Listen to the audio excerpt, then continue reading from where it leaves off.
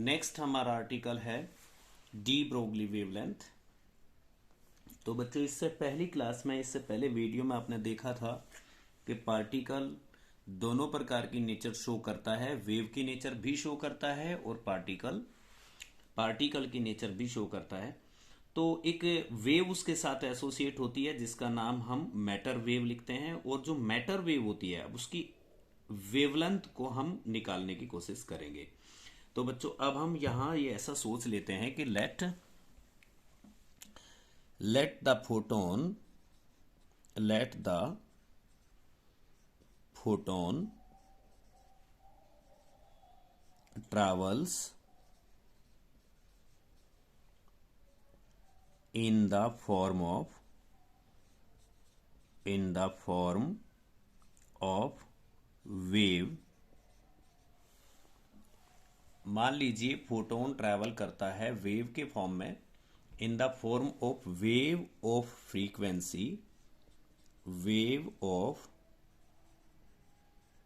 Frequency new.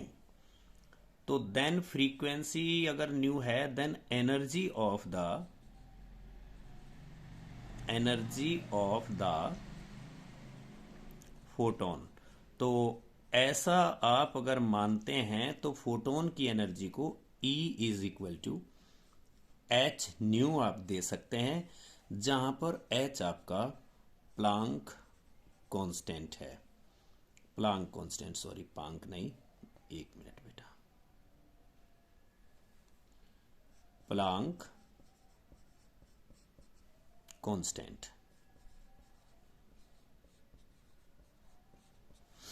अब अगर हम ये मान लें the photon is a particle, the photon is a particle, अगर फोटोन पार्टिकल है देन एनर्जी ऑफ द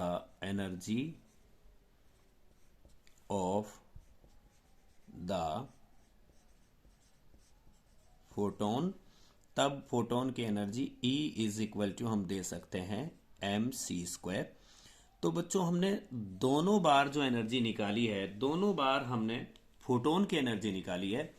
एक बार फोटोन को हमने वेव मान करके उसकी एनर्जी को कैलकुलेट किया है, और दूसरी बार हमने फोटोन को पार्टिकल मान करके एनर्जी को कैलकुलेट किया है। तो दोनों कंडीशन में एनर्जी सेम होनी चाहिए।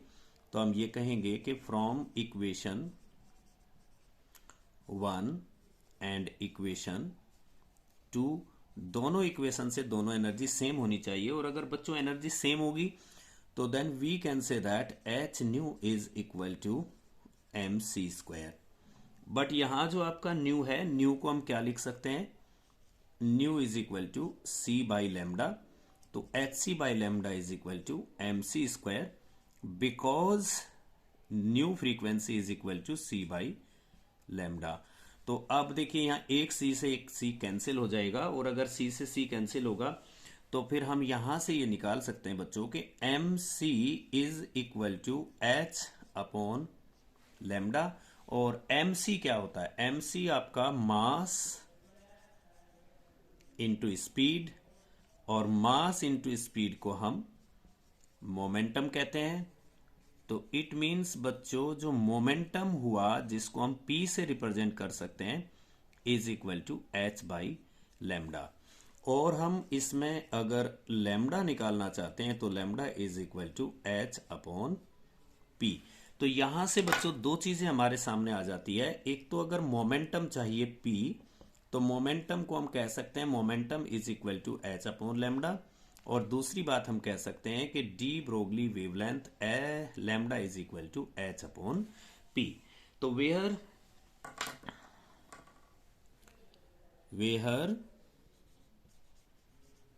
Lambda is the de Broglie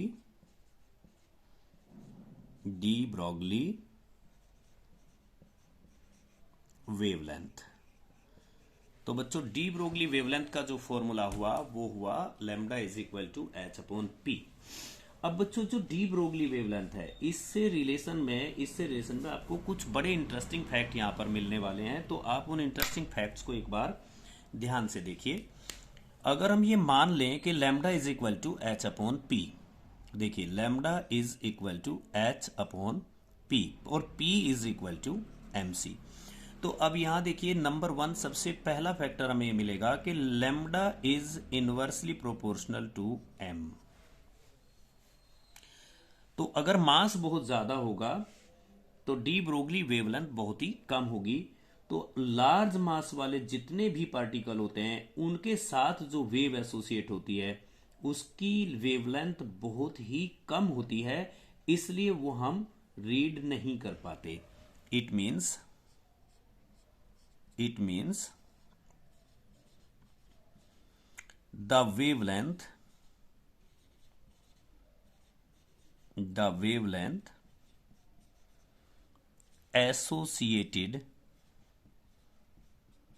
associated with the heavy mass is very low। Heavy mass के साथ जो वेवलेंथ एसोसिएट होती है वो बहुत ही कम होती है। So it can not be determined, इसको हम डेटरमाइन नहीं कर सकते। तो इसमें एग्जाम्पल आ सकते हैं बच्चों, जैसे फुटबॉल। अगर हम फुटबॉल का डी ब्रोगली वेवलेंथ कैलकुलेट करें तो बहुत ही छोटा आएगा। अर्थ बहुत ज़्यादा हैवी मास है और आपके यूनिवर्स में बहुत सारे हैवी मास जो मोशन में है उनके साथ एसोसिएट होने वाली वेवलेंथ बहुत ही छोटी होती है, इसलिए हम उसको डेटरमाइन नहीं कर पाते और उसको हम नोटिस नहीं कर पाते। इसके बाद बच्चों सेकंड आप डी ब्रोगली वेवलेंथ के बारे में पढ़ोगे कि अगर हम डी ब्रोगली वेवलेंथ को ये मान लें, if de Broglie wavelength lambda is equal to H upon M V, किसी भी पार्टिकल के साथ वी, और हम माने if body is at rest, if body is at rest, अगर बॉडी रेस्ट में है तो then v is equal to zero, और v is equal to zero implies that lambda is equal to H upon zero means infinite. तो अगर कोई body rest में है, चाहे वो लाइट मास की है चाहे वो हैवी मास की है, उसके साथ कोई भी वेव एसोसिएट नहीं होती है। वेव एसोसिएट नहीं होती है मतलब उसकी वेवलेंथ इनफाइनाइट होती है। तो इसका मीनिंग ये हुआ, it means the wave is associated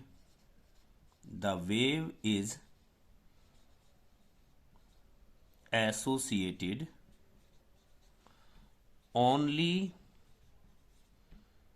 with the moving particles। अगर कोई बॉडी रेस्ट में है तो उसके साथ वेव एसोसिएट नहीं होती है।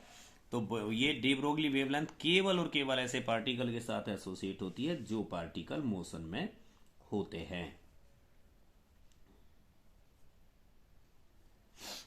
तीसरा पार्ट आपका ये है बच्चों, इसको हम बड़ा इंपॉर्टेंट कैटेगरी में रखते हैं, the de Broglie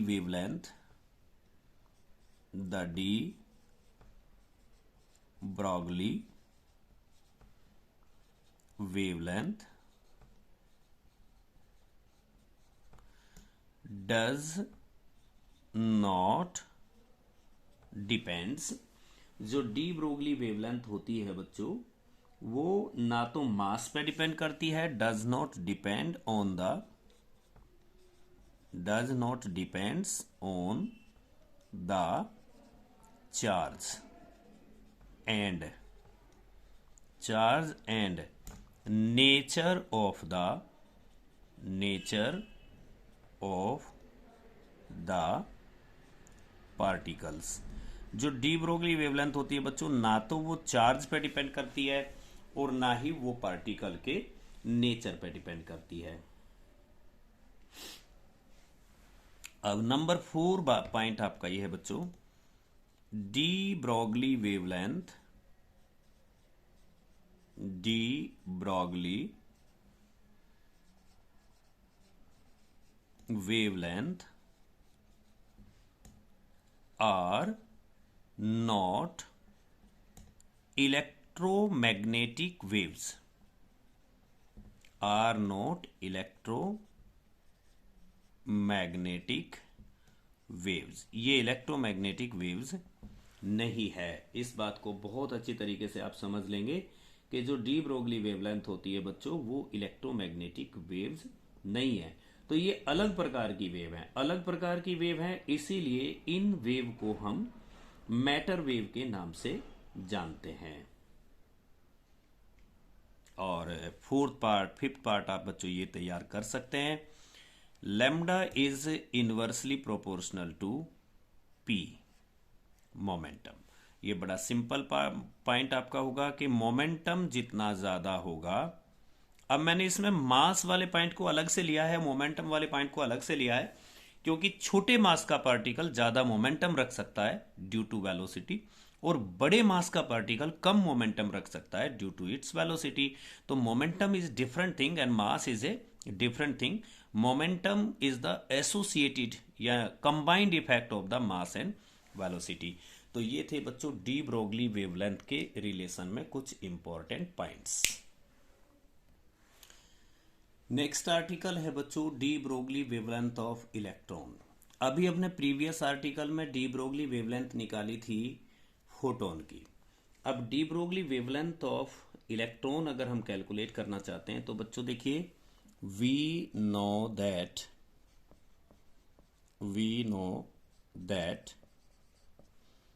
the wavelength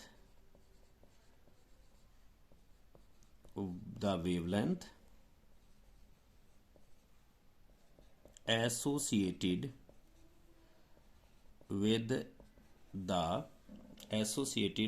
the electron is given by देखिए, लैम्डा का फॉर्मूला होगा lambda is equal to h upon M V, या इसको आप ऐसा भी लिख सकते हैं M E stand for mass of the electron. तो यहां हम कह सकते हैं where M E is the mass of the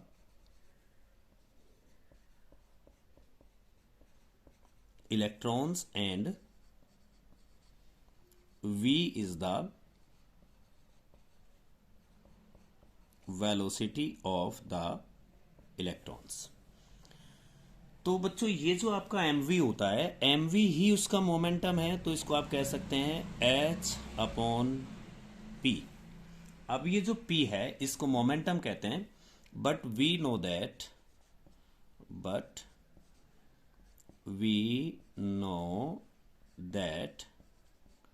the momentum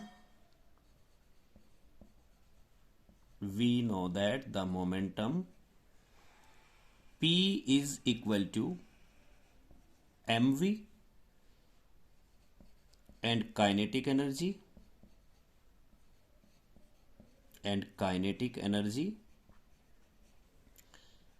K या काइनेटिक एनर्जी को मैं यहां पे E से डिनोट करता हूं। E is equal to half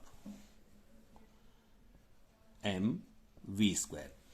आप दोनों से एक रिलेशन बना सकते हैं, इससे रिलेशन बना सकते हैं कि P is equal to under the root 2me। आप दोनों से एक रिलेशन बना लेंगे, P is equal to under the root 2mv। तो अब जो आपका लैम्डा का फॉर्मूला बनेगा, now lambda is equal to h upon under the root 2me। तो बच्चों ये आपका वेवलेंथ होगी इलेक्ट्रॉन के साथ एसोसिएट होने वाली। अब जो आपकी एनर्जी है इलेक्ट्रॉन की, अगर हम इलेक्ट्रॉन को v पोटेंशियल से एक्सेलरेट करते हैं, इफ द इलेक्ट्रॉन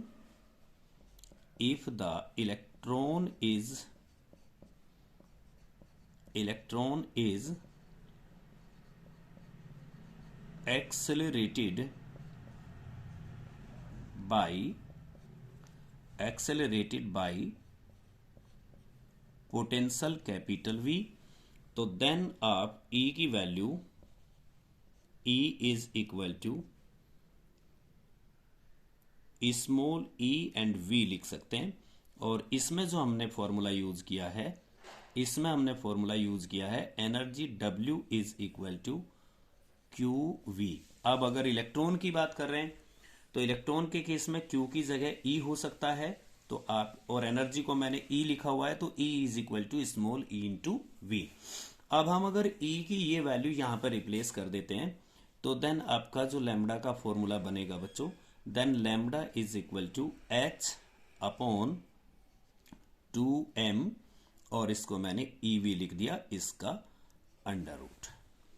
अब यहां पर आप ध्यान से एक बार फॉर्मूले को अगर ऑब्जर्व करें, H प्लांक कांस्टेंट होता है जिसकी वैल्यू हम जानते हैं, M mass of the electron होता है, इसकी वैल्यू को भी हम जानते हैं, E की वैल्यू को भी हम जानते हैं। तो अब अगर हम ये सारी वैल्यूज को यहां पर रिप्लेस करें तो नाउ हम ये कह सकते हैं बच्चों, H is equal to 6.6 into 10 की power -34 joule into second is the value of H।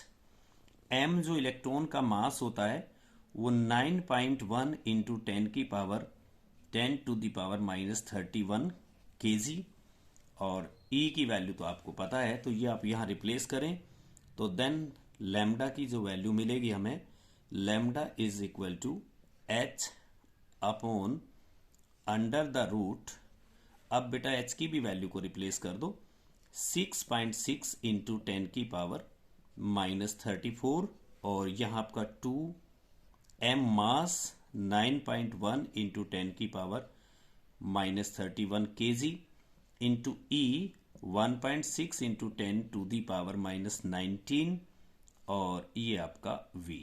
ये वैल्यू मैंने सारी की सारी यहां पर रिप्लेस कर दी है। जब हम इन सब वैल्यूज के हेल्प से इसको कैलकुलेट करते हैं तो लैम्बडा इज इक्वल टू हमें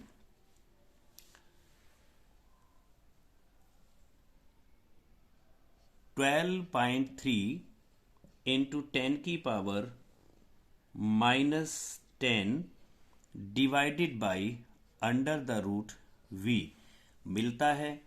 इसको हम ये कह सकते हैं कि lambda is equal to 12.3 divided by under the root V angstrom. और इसमें हमें सिर्फ और सिर्फ V की वैल्यू चाहिए और किसी चीज की हमें वैल्यू की जरूरत नहीं पड़ती है। इसको बच्चों याद करने के लिए आप ऐसा भी कह सकते हैं, इज इक्वल टू, जैसे ये 1 2 3 से याद हुआ है तो आप इसे कभी कभी ये भी कहते हैं कि lambda is equal to 1 2 3 4 divided by under the root V angstrom. दोनों में से आप कोई भी एक फॉर्मूला यूज करेंगे तो आपको वैल्यू सेम ही मिलेगी। एक्चुअल में ये 3 4 तक हम काउंट कर सकते हैं अगर हम इसको 2 डिजिट तक निकालते हैं तो बच्चों ऊपर की इस कैलकुलेशन के आधार पर आपने सीखा कि अगर इलेक्ट्रॉन्स की डी ब्रोगली वेवलेंथ चाहिए तो इलेक्ट्रॉन्स की डी ब्रोगली वेवलेंथ का फॉर्मूला होता है lambda is equal to H upon mv। लेकिन इसी फॉर्मूले को हम इस फॉर्म में भी याद कर सकते हैं। अगर हमें एनर्जी गिवन है तो हम इसे इस तरीके से लिख सकते हैं। अगर हमें V गिवन है तो V के केस में फिर हम इस फॉर्मूले को ऐसा लिख सकते हैं। अगर हमें V गिवन है तो हमें बहुत ज़्यादा कैलकुलेट करने की ज़रूरत नहीं है, हम सिंपली इसको इस तरीके से लिख सकते हैं। लेकिन अगर हम चाहें तो डी ब्रोगली वेवलेंथ का एक फॉर्मूला हम कैपिटल T के टर्म्स में भी बना सकते हैं। और कैपिटल T के टर्म्स में कैसे बना सकते हैं, देखिए बच्चों, नाउ अगेन एक बार मैं फिर से दोबारा से को थोड़ा आगे बढ़ाता हूं। Again lambda is equal to H upon under the root 2m capital E। अब बच्चों अगर हम किसी गैस मॉलिक्यूल की बात करते हैं, फॉर एनी गैस और इलेक्ट्रॉन गैस, इलेक्ट्रॉन का जब हम बहुत बड़ा ग्रुप लेते हैं इलेक्ट्रॉन गैस, उसको हम कह सकते हैं फॉर इलेक्ट्रॉन गैस ऑल्सो। तो उस केस में जो E होता है, E इज इक्वल टू होता है 3/2 इंटू KB इंटू T। एक किसी मॉलिक्यूल के साथ जो एनर्जी एसोसिएट होती है वो 3/2 KB इंटू टी होती है। इसमें जो KB है बच्चों, where KB is the Boltzmann constant. Boltzmann constant, KB आपका बोल्ट्जमैन कांस्टेंट होता है। तो बच्चों हम इसे क्या कह सकते हैं, फिर आप इसको E को रिप्लेस करोगे तो देन आपका लैम्डा क्या मिलेगा, then lambda is equal to H upon under the root 2m into E की जगह पर आप 3/2 KB इंटू टी लिख सकते हैं। 2 से 2 अगर हम कैंसिल करें तो then lambda is equal to H upon 3m KB into T का स्क्वायर रूट। तो बच्चों अब हमारे पास एक नया फॉर्मूला टेम्परेचर के टर्म्स में, आपको अब थोड़ा सावधानी से इस बात पे काम करना होगा कि अगर हमें E गिवन है तो हम डायरेक्ट फॉर्मूला यूज करेंगे, हमें V गिवन है तो अलग फॉर्मूला यूज कर लेंगे, और अगर हमें T गिवन है तो फिर हम अलग फॉर्मूला यूज कर लेंगे। ये सारे के सारे जो फॉर्मूले हैं सब डी ब्रोगली वेवलेंथ के हैं, इलेक्ट्रॉन के साथ या किसी दूसरे मॉलिक्यूल के साथ। पर बच्चों यहाँ एक बात नोट करना, बहुत सारे स्टूडेंट्स ये गलत करते हैं, मैंने ये बात नोटिस की है। अगर हम इसको ये कहें the de Broglie wavelength, the de Broglie wavelength, the de Broglie wavelength associated with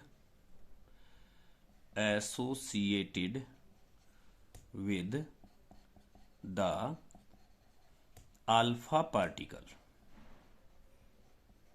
तो बच्चों एक कंफ्यूजन यहां कभी कभी होता है कि हमने डी ब्रोगली वेवलेंथ का जो फॉर्मूला है वो H upon under the root 2m EV निकाल रखा है। तो हमें कभी कभी ये सेंस आता है कि ये EV जो है वो इलेक्ट्रॉन वोल्ट के लिए लिखा है, जबकि हमें ऐसा करना होता है for alpha particle here, alpha particle के लिए जो Q होगा वो 2E होगा। अल्फा पार्टिकल का चार्ज इलेक्ट्रॉन के चार्ज से डबल होता है, तो इसलिए जो आपका इस डी ब्रोगली वेवलेंथ निकलेगा वो is equal to H upon under the root 2m, और जहां पर E लिखा है उस E की जगह पे आपको 2E लिखना होगा और इंटू V। अब इसमें जो m है वो मास आपका अल्फा पार्टिकल का है, तो 2m अल्फा और चार्ज है उसका 2E इंटू V। तो इसलिए मैं बच्चों को ये सजेस्ट करता हूं कि वे इस फॉर्मूले को इस तरीके से याद करें, lambda is equal to H upon 2m QV का अंडर रूट। अब जिस पार्टिकल की भी हम बात करेंगे उसी पार्टिकल का चार्ज हम रख देंगे। अगर हम अल्फा पार्टिकल की बात करते हैं तो यहां पर हम चार्ज की वैल्यू अल्फा पार्टिकल वाली रख देंगे। अगर किसी दूसरे पार्टिकल की बात करते हैं तो हम चार्ज की वैल्यू उस दूसरे पार्टिकल वाली यहां पे रिप्लेस कर देंगे। m हमें उसी पार्टिकल का लेना है जिस पार्टिकल की डी ब्रोगली वेवलेंथ हमें कैलकुलेट करनी है। तो बच्चों एक सिंपल से कंक्लूजन तक अब आप पहुंचिए और इसके साथ साथ हम अपनी क्लास को एंड करेंगे। यहां आपका जो लैम्डा आता है, लैम्डा इज इक्वल टू, इसका फॉर्मूला होता है H अपॉन mv। यदि आपको एनर्जी गिवन है तो H upon under the root 2m into capital E। अगर आपको चार्ज या पोटेंशियल गिवन है या पोटेंशियल डिफरेंस तो H upon under the root 2m QV। अगर आपको टेम्परेचर गिवन है तो H upon under the root 3m KB into T. तो अकॉर्डिंग टू न्यूमेरिकल और अकॉर्डिंग टू सिचुएशन, जो आप फॉर्मूला आपकी सिचुएशन को मैच करेगा उसी फॉर्मूले को हम अपने न्यूमेरिकल वैल्यू के लिए या न्यूमेरिकल्स में यूज कर लेंगे। इस प्रकार से बच्चों ये डी ब्रोगली वेवलेंथ का आपका सिलेबस फिनिश होता है। डी ब्रोगली वेवलेंथ या ड्यूअल नेचर ऑफ मैटर के फेवर में कुछ एक्सपेरिमेंट्स हुए हैं, उनमें से 2 एक्सपेरिमेंट फेमस है। एक तो Davidson and Germer experiment, Davisson और जर्मर ने एक्सपेरिमेंटली ये प्रूव किया था कि जो हम ड्यूअल नेचर की बात करते हैं, ये ड्यूअल नेचर बिल्कुल ठीक है, इसके फेवर में उसका रिजल्ट रहा था। और दूसरा एक्सपेरिमेंट हम इसके फेवर में निकालते हैं जीपी थॉमसन का। उसने भी एक एक्सपेरिमेंट किया था और उसके बेस पे उसने ये प्रूव किया था कि ड्यूअल नेचर ही ठीक है। अब बच्चों इस लेसन को हम फिनिश करते हैं, अगले लेसन को फिर दोबारा से शुरू करेंगे। तब तक आप इस लेसन के न्यूमेरिकल्स को कर लीजिए। Okay students, good bye.